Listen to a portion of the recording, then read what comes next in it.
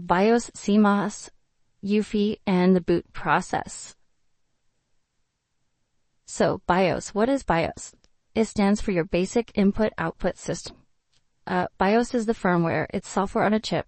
It's the most common firmware that we have in the computer. It is the first software that's run by the computer when you boot it up. When you turn on the computer, the first thing it does is to test and initialize the processor. It tests the RAM. It tests your video card. It's going to check your disk drives and your adapters. This BIOS is stored in the ROM chip. ROM stands for read-only memory. Okay? And the settings are actually stored in what's called CMOS. And CMOS is a type of memory. It's more of a permanent storage. What do we use BIOS for? We use it to configure all sorts of things in the computer. We can configure the boot order, the storage devices. Should we be booting from the USB drive first, or the hard drive first, or the floppy drives, or the optical drives? We can configure built-in ports like our PS2 ports and our serial ports and our USB and our SATA if we want them on or off and disable. We have AGP, PCI, and PCIe slots. We can configure their speeds and settings for it.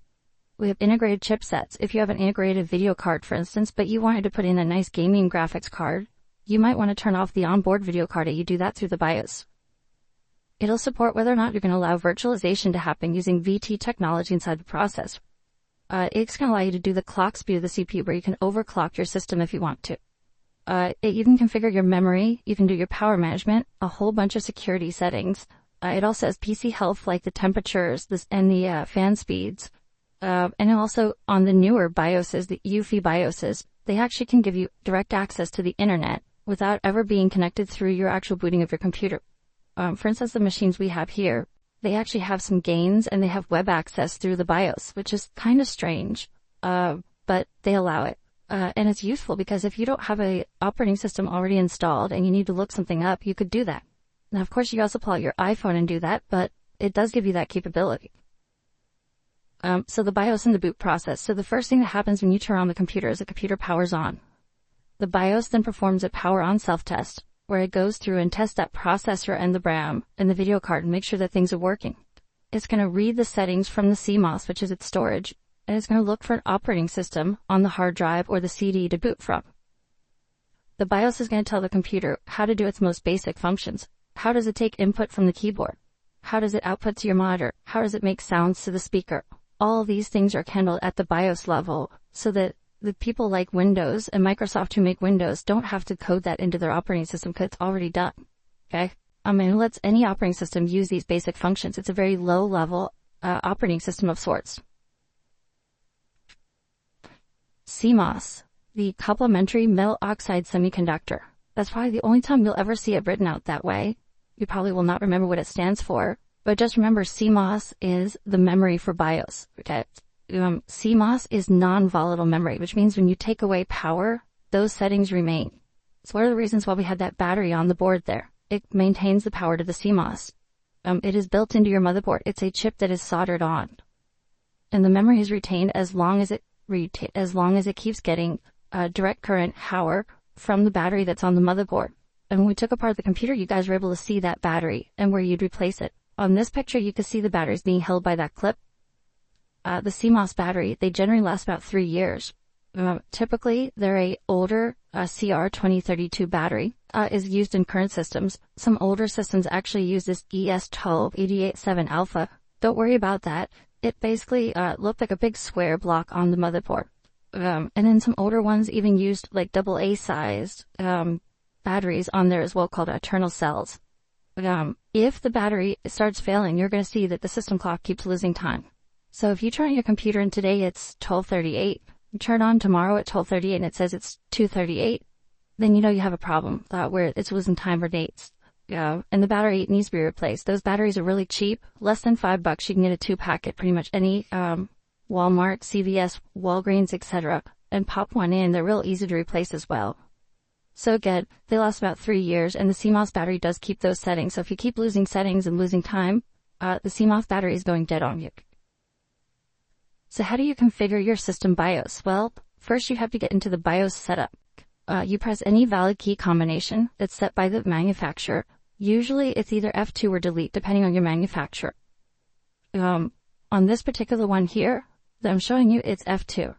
but it could be either. It just depends on your model and who you have. I've seen some that use escape as well. Usually when you boot up a computer, it will tell you on the screen. If it doesn't, go to the manufacturer's website or Google, what key does Acer use, and it'll tell you what key they used. But usually F2 or delete will get you there. Once you get in there, you have two types of BIOS that you might see. One is the old traditional BIOS, which is a text-based system. Those look a lot like what I have here on the screen. With these, your mouse doesn't even work. It's all about your keyboard. So up and down keys, page up, page down keys, enter and spacebar, make all your changes. It allows you to view the information on your RAM, your CPU, your optical drives, your hard drives, and configure all these different configurations as needed for the BIOS. The UEFI, which is the Unified Extensible Firmware Initiative, is the newest version of BIOS. If you have a nice Asus like this one, this looks a lot like the machines we use. They're a graphical display. You can use your mouse and point and click.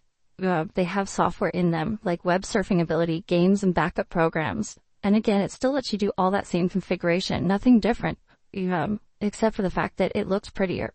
Okay, some people like this, some people like the old version better. I grew up with the text-based, so I'm kind of used to it. But these have a lot of nice features as well. And we'll play with this in the class. Some BIOS give you the ability of doing what's called auto configuration. Auto configuration is not always going to be your optimal configuration, but it's just kind of the best guess the computer can have. So it'll have either the BIOS defaults, which are kind of the original, or failsafe. They'll have setup defaults, which are, they call it optimal, even though they're really not. And they have turbo, which is just a really fast configuration. These can be useful during troubleshooting. If you're having some problems, you can go back to this failsafe environment. But in general, it's not going to be the best setup for your particular computer for either a security or an operational perspective, so it's better for you to configure your BIOS yourself. When you turn on the computer, the first thing it does is the power on self-test. It does the initial test performed by the BIOS, and it finds error in your hardware and it reports it. This is going to do some basic checks on your CPU, your processor, and different parts of the BIOS. It's going to check your system time, your video display, memory, the keyboard, and the disk drives. Once it does that, it's going to report that. And there's two different ways that it can report it. Or three different ways, excuse me. It can do what's called a beep code, where basically you'll hear the speaker make some beeps. Like for instance, if it went beep, beep, beep, beep, beep, beep, that would be 312. And if I look at my chart under 312, it is the master DMA register failed. Okay? And then you can Google that and figure out what that means and how you're going to fix it, right? Which in this case is part of the motherboard, which means it's time to buy a new motherboard, right? So these are the kind of things you can look at. There is no standard beep codes. It's all based on your manufacturer. So if you're troubleshooting somebody's machine, you got to check their beep codes for their manufacturer. The other way, if it got at least as far as the video display card, then it can display those errors to the screen. And it'll actually just put it in text, error code, 38, memory bad, or something like that. And the third way is it can use what's called a post error code, which are written in hexadecimal format. And you can actually use a post card, which is what this is. POST, Power on Self-Test card. You install it into the machine into one of your PCI X slots. And on this LCD readout, it will give you an error in hexadecimal format. So it may say 3 alpha 2 Charlie, which is 3A2C. And you'd look that up in that manufacturer's postcode. It would say that means that the video card is bad. And that way you would know. So 3 different ways to test it. The most common is obviously the beep codes and the error on the screen, but you could use all three. So BIOS security. Inside BIOS, we do have some security things we can do. We can set passwords. We can have a boot password. So when you turn on the computer, the first thing that goes is, what's your password? If you don't give the password, it'll just sit there and the door shut down. You can have a BIOS password, which protects your BIOS from being changed by somebody who's not you. It's kind of like an administrator account access, right? The third way you can do it is you can have a hard drive password. If you have a hard drive password, what ends up happening is when you turn on the computer, it will boot, and as soon as it tries to load the hard drive, it'll ask for the password. If you don't give it, it won't boot up from that hard drive.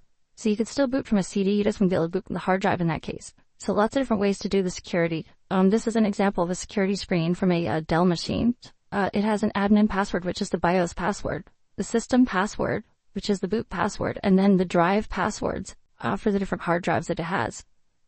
Some of these will actually do drive encryption through the BIOS, where it scrambles the data on the hard drive and only unscrambles it with the proper password. That way, if you lose your laptop, some of you picked up in the parking lot can't read your documents. Trusted Platform Module can be turned on from here as well. Trusted Platform Module we'll talk about more when we get to Windows later on, but it's used by things like BitLocker to do encryption of the hard drive and for security in Windows. It's a piece inside your processor, in the newer processors, that adds a security key. Some of them will actually have CompuTrace or LoJack, and what that is if your computer gets lost or stolen, it will actually beacon out over the internet to say, hey, I'm located here, come get me. Okay? Kind of like LoJack for a car back in the day.